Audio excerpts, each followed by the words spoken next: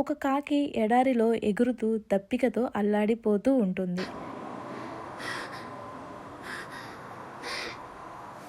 అబ్బా! ఎంత ఎండ! గొంతు ఎండిపోతుంది. ఎక్కడైనా కాస్త నీళ్లు దొరికితే బాగుండు అని అనుకుంటూ ఉంటుంది. దూరంగా ఒక కుండ కనిపిస్తుంది. దారి వెళ్ళి చూడాలి అంటూ కుండ దగ్గరికి వెళ్ళి చూస్తుంది. కుండలోకి చూసినప్పుడు నీళ్లు అందవు. అయ్యో! నీళ్లు చాలా తక్కువగా ఉన్నాయి. నా ముక్కు అసలు అందడం లేదు.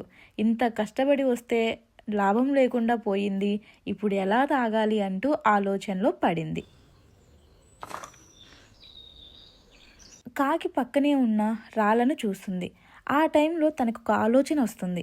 ఈ రాళ్ళను కుండలో వేస్తే ఏమవుతుంది? నీళ్లు పైకి వస్తాయా? ప్రయత్నిస్తే పోయేదేముంది అంటూ ఒక్కొక్క రాయిని కుండలో వేస్తూ ఉంటుంది. నీళ్లు నెమ్మదిగా పైకొస్తున్నట్లు కనిపిస్తాయి.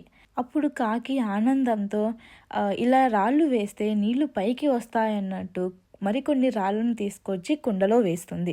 నీళ్లు పైకి వచ్చిన తర్వాత నీళ్లు పైకి వచ్చేసాయి, ఇప్పుడు హాయిగా దాహం తీర్చుకోవచ్చు అని నీళ్లు తాగి తృప్తిగా ఎగిరిపోతుంది.